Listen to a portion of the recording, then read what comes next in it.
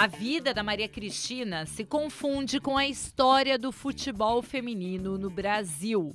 Desde pequeno eu jogava ali e vamos dizer assim, meus pais nunca me proibiram, mas eles também, dizer que eles apoiaram não. Numa época em que a prática do futebol para mulheres era totalmente vetada no país. A gente jogava, a gente na verdade queria jogar e não tinha nem noção do tamanho que era essa proibição.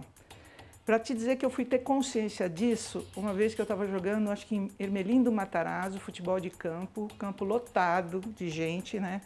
Não eram campeonatos regulares e apareceu um carro da polícia. E o jogo estava para começar. Todo mundo saiu correndo, uma para cá, outra para lá. Eu fui tomar consciência dessa proibição quando aconteceu isso.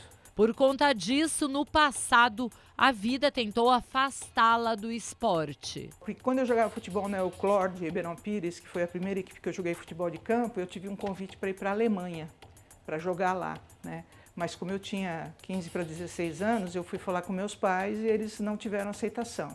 E aí a coisa, né, a vida, como eu disse, ela vai seguindo, você vai tocando. Seguiu até ela conseguir voltar a trabalhar com a modalidade na função de treinadora.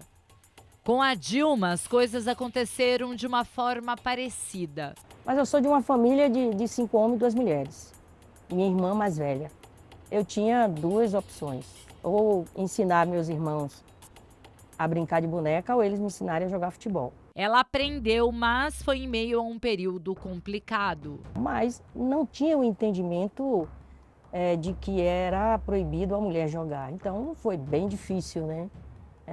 Já era difícil eu jogar no meio dos meninos. Tudo porque a proibição do futebol feminino no Brasil era lei. O decreto foi assinado pelo presidente Getúlio Vargas em 1941.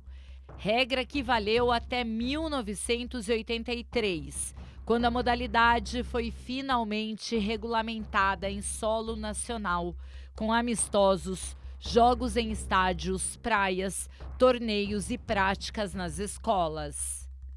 1986 foi um ano de triunfo. A primeira seleção brasileira entrou em campo. Em 1988, aconteceu o primeiro torneio de seleções femininas, onde o Brasil ficou com um bronze. Era um teste para a primeira Copa do Mundo, que aconteceu em 91 na China.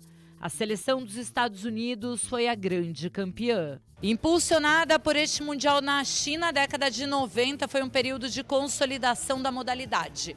Mas um outro evento esportivo mundial também ajudou neste processo.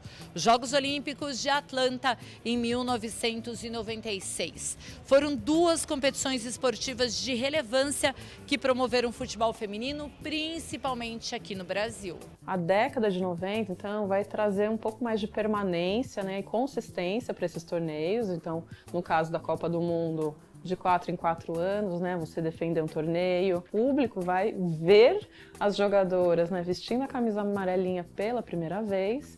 E, curiosamente, a gente tem a abertura dos Jogos Olímpicos, né, um ambiente que também dificultou a presença de brasileiras, de mulheres em diferentes modalidades, e vai aderir ali ao futebol feminino em 96, numa edição centenária. De lá para cá não parou mais. Assim como os desafios, as mudanças foram muitas.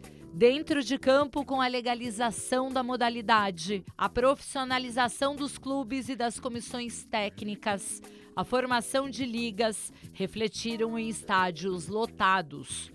O sucesso teve como consequência a cobertura especializada da imprensa feminina. Repórteres, comentaristas e narradoras ganharam espaço. Nas entidades, mulheres passaram a ocupar cargos na área de gestão. No Brasil já evoluímos muito, mas os desafios ainda existem. Alguns precisam ser superados logo, porque em 2027 vamos sediar a Copa do Mundo.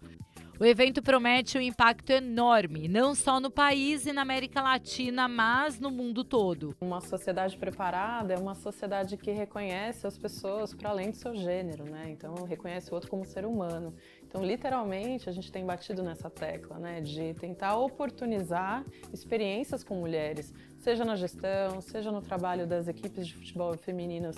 É o Brasil, país da rainha do futebol, mais uma vez fazendo história. Eu não ganhei dinheiro, Carol, né? Hoje eu vivo da minha aposentadoria, da função que eu exerço na associação, mas eu conquistei amizades para a vida toda. O futebol sempre foi o lado do amor na minha vida, né? Ele quebrava qualquer barreira, né? O futebol é vida.